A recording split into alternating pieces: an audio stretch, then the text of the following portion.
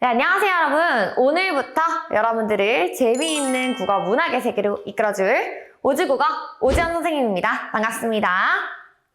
네, 여러분들이 이제 보통 이 강의를 듣는 학생들은 대부분 이제 중3일 텐데, 자, 여러분들, 중학교 1, 2학년 동안의 학교 생활 어땠어요? 눈 감아 떴더니 중3이지. 근데 얘들아, 올해를 제대로 보내지 않으면 너네 또 눈 감아 떴더니 이제 고등학교 1학년이다. 자, 그래서 여러분들이 지금 이 강의를 튼 것부터 매우 칭찬을 해주고 싶어요. 그래서 우리가 앞으로 이제 더 어려워질 문학을 어떻게 잘 대비할 수 있을지 선생님이랑 설명 한번 봅시다. 네, 얘들아, 그래서 우리가 이제 배우게 될 강의는요, 우리가 시대별 흐름을 한번 볼 거예요. 너네가 지금까지 그래도 국어를 배웠던 짬밥이 있는데, 그 시대별로 한번 톱파보기 해야 될 거 아니야, 그쵸?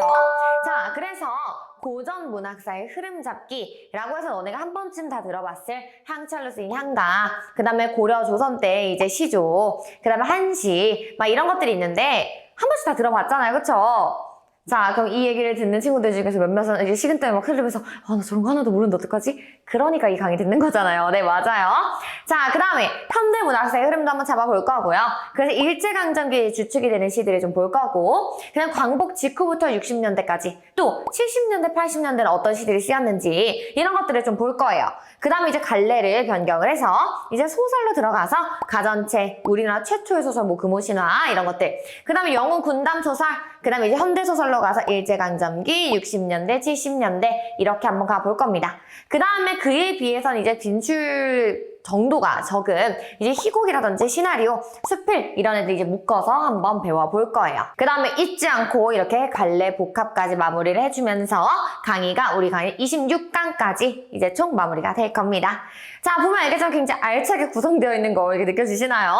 자, 그래서 우리는요, 시랑, 소설, 극, 수필 이렇게 문학 갈래를요, 시대별로 만나보는 강의예요. 자, 이제 와서 시가 뭐다, 소설이 뭐다 하긴 약간 지루하잖아, 그쵸? 그래서 우리가 이제 시대별로 이제 마스터를 해보겠다, 그런 강의입니다. 자, 그래서 매회 강의는요, 20분에서 30분을 넘지 않아요. 그렇다는 건 여러분들이 학교 수업의 절반밖에 안 되는 강의로 아주 굵고 짧게 선생님을 만나게 될 거란 뜻이죠. 자, 그래서 앞으로 왜 공부를 이제 해야 되는지에 대해서 동기부여하는 시간 가져볼 건데요. 자, 중3의 공부를 마침내 라고 선생님이 삼행시를 지어봤어요. 왜냐면 여러분들이 사실 중1 때도 이제 나 중학교 1학년 입학 열심히 해야지. 그 다음에 이제 중학교 2학년 나 이제 자유학년제 끝났으니까 열심히 해야지. 그리고 지금일 거 아니야, 그쵸? 그래서 이젠 진짜 시작해야 되는 이유에 대해 선생님이 말을 해줄게요. 자, 일단 마지막 기회입니다. 자, 무슨 말이냐면요, 여러분들 초등학교에서 중학교는 한 2배 정도 어려워져요. 왜냐면 초등학교 때 사실 글자만 읽을 수 있으면 사실 풀 수 있는 문제들이 나왔잖아. 하지만 이제 고등학교 때 가면요, 이거 한 10배 정도 어려워진다고 생각을 하면 돼요. 왜냐면 선생님이 지금 고등학교 언니 오빠들도 가르치는데 고등학교 상위권 언니 오빠들일수록 막 전교권에 있는 친구들일수록 국어가 안정적으로 1등급이 나오기 힘들다는 얘기를 해요. 왜냐면 국어는요, 단순한 암기 과목이 아니기 때문이에요. 또 수학처럼 뚝 떨어지는 과목도 사실 아니죠. 그렇기 때문에 다방면에 대한 이해를 바탕으로 해야 되기 때문에 지금부터 체계적으로 해야 되는데, 이걸 고등학교에 갑자기 올라가면 잘하게 될까요? 절대 아니죠. 자, 여러분들 지금 이렇게 손 놓고 있다. 고등학교 1학년 때 가서 이제 선생님들이 가장 1학년 때 많이 하는 말씀이 뭐냐면, 너네 이거 다 중학교 때 배웠지? 너네 중학교 때 이런 것도 안 배웠니? 이렇게 말씀하신단 말이야. 그럼 여러분들은 더 어떻겠어? 너무 당황스럽겠죠. 자, 그걸 지금부터 미연에 방지하자는 겁니다. 그래서 지금 마지막 기회이기 때문에 지금 올해 정말 최선을 다해서 공부하셔야 돼요. 자, 그 다음에 침착하게 매일 공부하는 습관 형성. 자, 얘들아, 우리가 고등학교 때 가면요, 이제 모의고사를 봐요. 근데 모의고사 한 번 볼 때마다 막 기분이 오락가락해. 그래서 오늘 안 되겠어. 오늘은 공부 쉬는 날이야. 이렇게 되는 친구들이 있어요. 지금부터 그런 주변 환경에 흔들리지 않고 혼자 오롯이 책상에 앉아서 공부하는 연습, 습관 지금부터 들여야 됩니다. 그러면서 공부를 언제 하는 시간에, 몇 시간과 혹은 쉬는 시간을 얼마 정도 두는 게 나한테 제일 알맞는지 그런 방법을 지금 찾는 시간이라고 보면 될 것 같아요. 자, 그 다음에 내신 대비 중요성. 자, 여러분들 중학교 2학년 때 내신 대비해봤잖아. 이제 중3 때는 등수 올려야지, 그쵸? 자, 그래서 내신 시험을 대비해야 되는 학년, 중학교 3학년이기 때문에 기출 스타일에 대한 파악도 중요해요. 그래서 이건 나중에 선생님이 기출 특강도 열어줄게요. 자, 그럼 이제 앞으로 그걸 어떻게 공부를 앞으로 할 건가요? 에 대해서 선생님이 얘기를 해줄게요. 자, 오작교가 되어주겠습니다. 자, 먼저 오작교. 5단계로 완성되는 튼튼한 국어 실력 쌓기. 이거부터 볼게요. 자, 국어 실력을 쌓는데 5단계로 완성을 시켜줄 거야. 일단 첫 번째는 아까 말했듯이 우리 시대별로 핵심 주제를 먼저 익히는 거예요. 자, 말했듯이 지금 우리가 듣는 이 강의는 시대별 핵심 내용을 보는 강의잖아요. 그래서 우리가 그냥 일제강점기라고 하면 당연히 저항의지겠지 라고만 단순하게 생각하는 경우가 많죠. 하지만 여러분들 생각과는 달리 완전히 순수함을 약간 추구했던 순수 서정시도 있었고요. 또 그냥 산업화 시대 문학이라고 하면 그냥 산업화 시대에 뭔가 안 좋은 거에 대해서 얘기하겠지 뿐만이 아니라 물질 문명으로 인해서 비인간화되어가는 인간성이라든지 아니면 그로 인해서 고통받는 다른 자연, 파괴 현상 이런 것도 얘기를 하는 경우가 있었고요. 그래서 그때마다 시대별로 우리가 관심을 가져야 되는 주제들이 있어요. 그걸 먼저 파악을 할 겁니다. 그 다음에 그거와 관련돼서 관련 작품의 본문을 공부해 볼게요. 이게 지금 두 번째 단계고요. 자, 그 다음에는요, 이 핵심 내용을 정리해주면서 끝나야 돼. 우리가 본문만 쭉쭉쭉쭉 읽으면 애들이 이게 그냥 눈으로만 익히고 머리 안 들어간 친구들이 있어요. 근데 그걸 이제 선생님과 함께 핵심 내용을 정리할 겁니다. 그 다음에 네 번째로는요, 문제풀이를 할 건데, 얘들아, 문제풀이는요, 선생님이 다 풀어주지 않을 거예요. 그럼 여러분들의 자립심이 떨어진단 말이야. 그래서 지금부터 약속을 하는 건 미리 문제를 풀어올 거예요. 그럼 그 중에서 선생님이 고난도라고 여겨지는 문제를 같이 풀어줄 거고, 그 다음 마지막 5단계는 여러분들의 복습을 통해서 완성이 되겠죠. 자, 그 다음. 뭐냐면요. 작품을 우린 따로따로 배우지 않고 어떻게 읽는지를 배울 겁니다. 자, 얘들아, 따로따로 읽으면요. 어차피 우리의 뇌는요. 포화 상태라는 게 있잖아요. 그렇기 때문에 우리는 작품 따로따로 외우면 들어갈 수 있는 범위가 정해져 있어. 그래서 지금 어떻게 읽는지를 먼저 배우고 그 어떻게 읽는지에 따라서 시대별로 묶는 연습을 하는 거라고 생각하면 될 것 같아요. 그래서 갈래마다 적용 가능한 시대별 주요 주제 공통 내공 쌓기. 이게 우리 강의의 목적입니다. 자, 그러면 선생님이 함께 해줄 국어 오작교의 마지막 교 뭐냐면요. 자, 우리가 그러면 어떤 작품을 통해서 공부하는지도 굉장히 중요하단 말이야. 정전화된 믿을 수 있는 작품이어야 될 거죠. 자, 그래서 우리는요.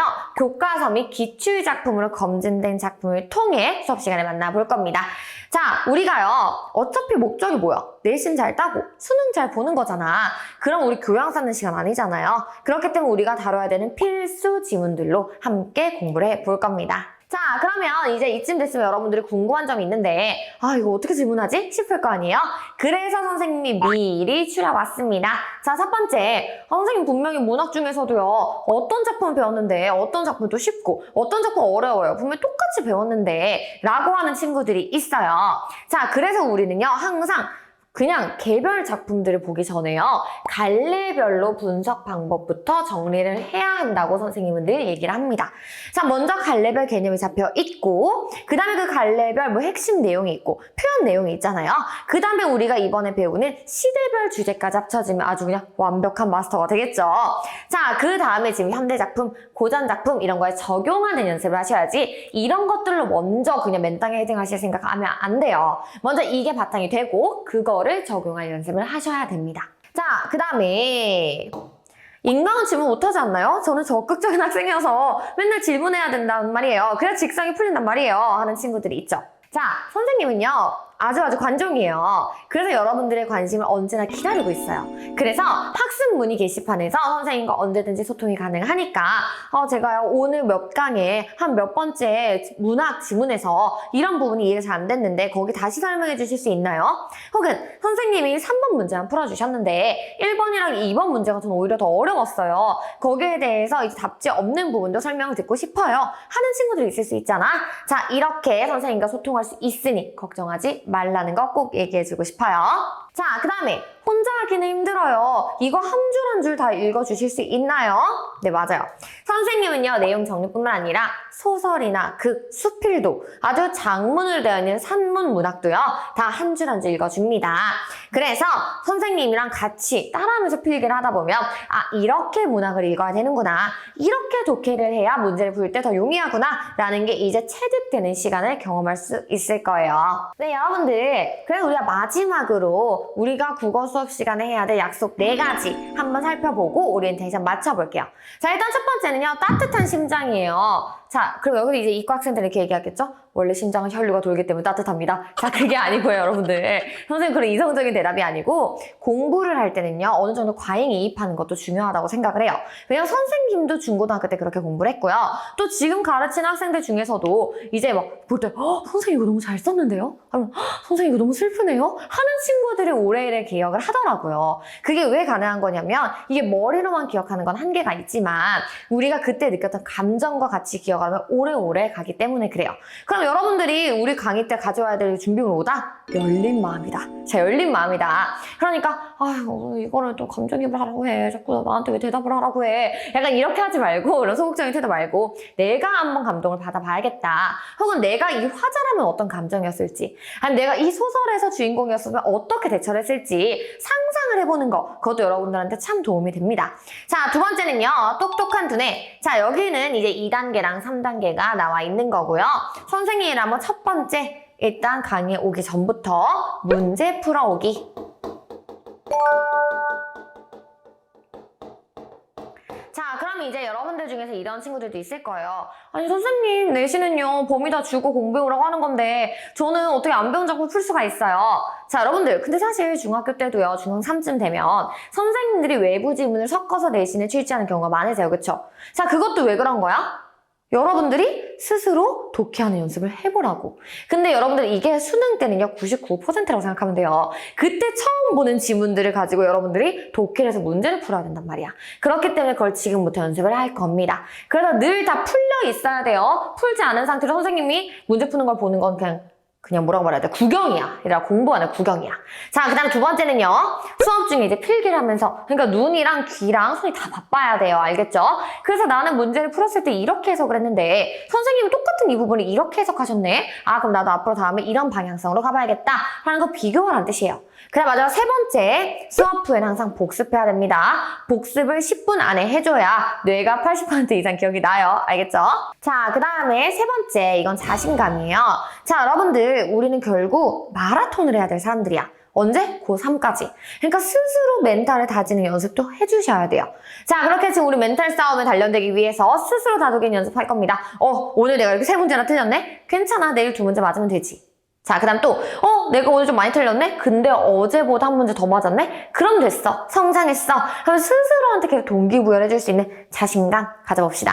자, 그 다음에 구두. 하루 한 강의씩 꾸준히 하는 연습해볼게요, 얘들아. 얼마나 예쁜 구두가 있든지 간에 내가 이거를 신고 걷지 않으면 목적지에 갈 수가 없어요. 그쵸? 그렇기 때문에 여러분들 오늘부터 하루에 작지만 꾸준히 한 강의, 두 강의라도 매일매일 듣고 복습하고 다음 강의 문제를 푸는 연습까지 합시다. 아까 말했지만 얘들아, 결국 승리하는 건 똑똑한 학생이 아니라 성실한 친구야. 알겠죠? 네, 여러분들. 자, 이렇게 선생님과 오리엔테이션 설명이 끝났는데요. 어때요? 우리 1강이 너무너무 기대되지 않나요? 선생님은 여러분들과 만날 생각이 너무 설렙니다.